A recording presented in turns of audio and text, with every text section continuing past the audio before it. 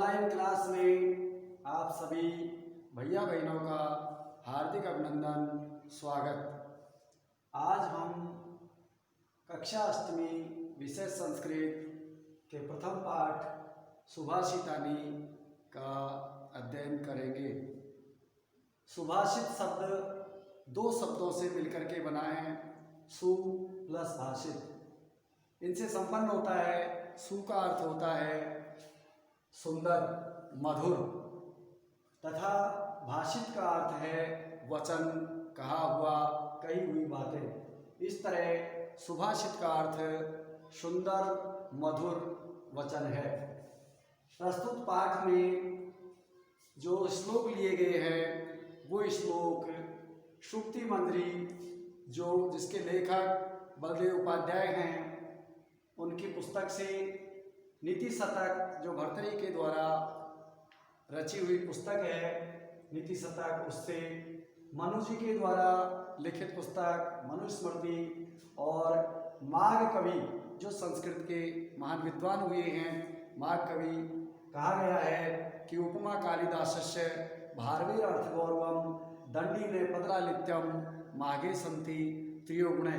अर्थात शिशुपाल के अंदर, वो माघ के अंदर जो माघ कवि था उसके अंदर तीनों कवियों के बराबर विद्वत्ता थी। वो तीनों के गुण और माघ कवि के अंदर थे, जिन्होंने शिशुपाल वध नामक पुस्तक की रचना की।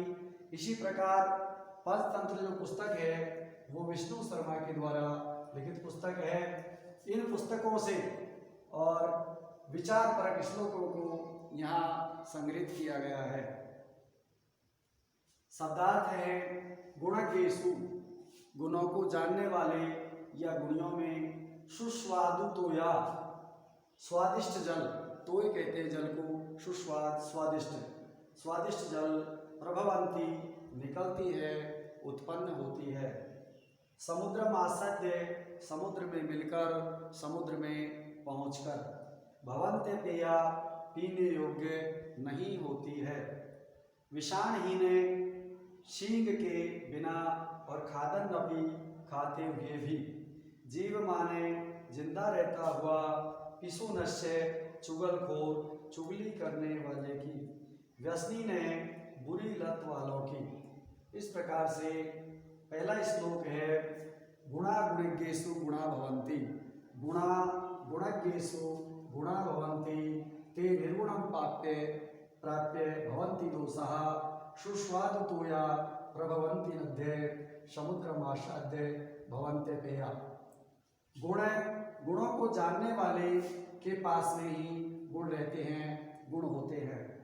वे गुणहीन व्यक्ति के पास में वही गुण पहुंचने के बाद में दोष बन जाते हैं। इसी प्रकार से जो नदियां हैं वे मधुर जल उत्पन्न करती हैं, किंतु जब नदियां समुद्र में पहुंचती हैं तो उनका जल पीने योग्य नहीं रहता है। अर्थात गुणों को जानने वालों के पास में गुण होते हैं, वे गुणहीन के पास पहुंचकर दोष हो जाते हैं। नदियां स्वादिष्ट जल वाली उत्पन्न होती हैं, वे सागर में पहुंचकर न पीने योग्य हो जाती हैं। दूसरा श्लोक है साहित्य संगीत कला विहीने, साक्षात पशु कुछ विषाणहीने, तृणम ने खादन अपि जीवमानः तद भाग देयम परमं पशुनाम। अर्थात साहित्य, संगीत और कला विहीने यानी रहित, साहित्य, संगीत और जो कला से रहित हैं वो व्यक्ति साक्षात पशु हैं, केवल बिना सींग और पूंछ के हैं।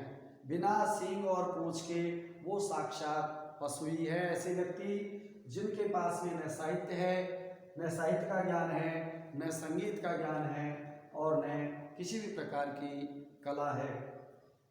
तृणम ने खादन अपि जीव माने तद भाग देयम परमं पशुनाम। ये तो उन पशुओं का परम सौभाग्य है कि वो व्यक्ति, वो मनुष्य बिना घास खाते हुए भी जीवित रहते हैं। यदि वो व्यक्ति, वो मनुष्य घास खाने लग जाते, तिनके खाने लग जाते, तो बेचारे पशु क्या खाते।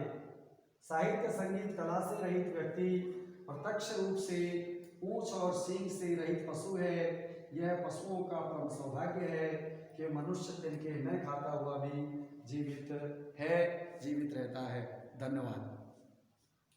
आप इस कार्य को अपनी कॉपी में करेंगे सभी भैया बहन।